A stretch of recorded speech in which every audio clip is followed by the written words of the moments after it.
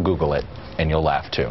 All right, on the trail yesterday in South Carolina, Michelle Bachmann responded to a hit piece in the conservative news blog, The Daily Caller. Using a handful of anonymous former aides as sources, the story claimed Bachmann suffers from incapacitating migraines. I prescribe medication that I take on occasion whenever symptoms arise, and they keep my migraines under control. But I'd like to be abundantly clear. My ability to function effectively will not affect my ability to serve as Commander-in-Chief. Christina Bellantoni is the Associate Politics Editor for CQ Roll Call. David Chalian is the Politics Editor for the PBS NewsHour. We're going uptown. And Cynthia Tucker is a political columnist for the Atlanta Journal-Constitution. Welcome all. Morning. A lot of us, I think, had conversations with significant others and friends about, not about the Republican presidential race, about what happened to a man running for president versus a woman. My wife reminded me that I get kidney stones and I'm incapacitated for about an hour or two. And she said that's similar to what happens with migraines. You think this was a fair story on her, Christina?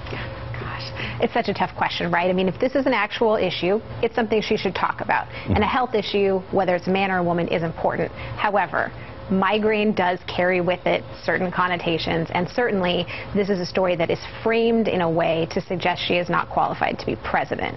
You know, would this same story come out about a man? I don't personally think so, but it has been a pretty fun debate to sort of talk through this. The bigger question, I think, is how she's connecting with Americans still using this, saying, I am one in every 4 Americans who suffers from these major headaches. She is. What's interesting, Cynthia, is the difference between her and how others might respond to something like this.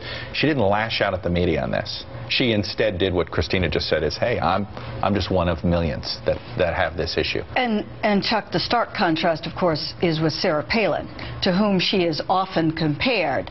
And who probably would have lashed out of the media and not done exactly. it. Exactly. And Bachmann, you have to give her credit for this much. She has tried to clean up her act. She's listened to advisors. She has tried to be mainstream, not lash out at the media. That doesn't get you anywhere. Not whine, and not say they're doing this to me because I'm a girl.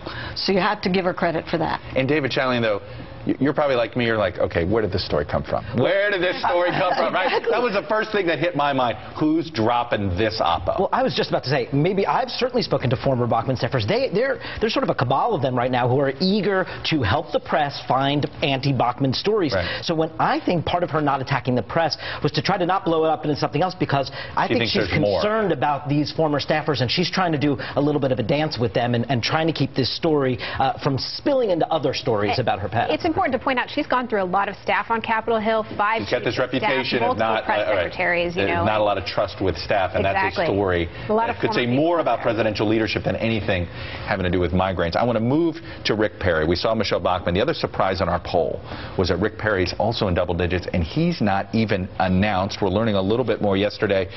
Here's what he said, the latest, what I'm calling Rick Perry Watch Day 300.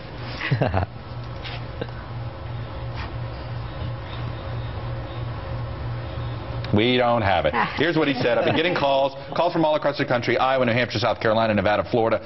Those are all the first 5 states, by the way. So the calling aspect of this is from the standpoint of people letting me know they're going to be there. Has been overwhelming. Rick Perry, is that somebody that you think is going to be a player in this race? Cynthia? Well, I think like Michelle Bachmann, like Herman Cain before Michelle Bachmann, he could rise to the top, near the top of the polls very quickly. It says much more about the very unsettled state of the Republican field, that so many Republican operatives and major players are not satisfied. And again, it says something about Mitt Romney at this point, that so many major Republican players aren't satisfied with him as the nominee apparent. David Chalian, the Texas Tribune is doing something that only political junkies could love. They're putting up all these old TV ads of Rick Perry. Here's one that features Rick Perry and a guy named George Bush. Watch. Barbara and I have known him for a long, long time. And everyone in our family strongly supports him. Rick, I look forward to having you by my side. It's important that Texans elect Rick Perry. He's a man of honor, he's a man of integrity, and he's trustworthy. My heart is for Barbara's, is for George's, is in the Perry corner.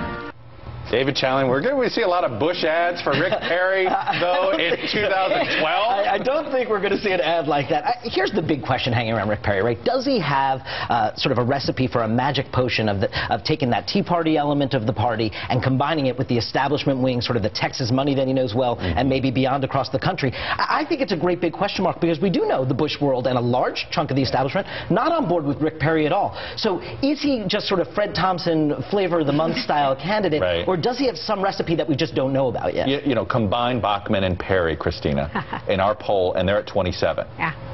Versus Romney's 30. Suddenly Romney's not a huge frontrunner if somehow the anti-Romney conservatives coalesce. Absolutely. I was just in Iowa over the weekend, and what I heard again and again and again and again, I didn't like John McCain. We need somebody that's not a rhino. I like Michelle Bachmann. I like Rick Santorum because they're true conservatives. I mean, Perry can say they want to be excited. Conservative. They want to be. You do get the sense that the base wants to be excited. All right, Christina, David, Cynthia, stick with me. We're going to talk Gang of Six without the leather jackets after the break. Trivia time. We asked which 6 states cast the highest percentage of votes for President Obama in 2008. The answers: Hawaii, we knew. Vermont, you knew that. Rhode Island, Delaware, Illinois was obvious. New York, I was surprised that it's in the top 6. We'll be right back. You're watching The Daily Rundown, only on MSNBC.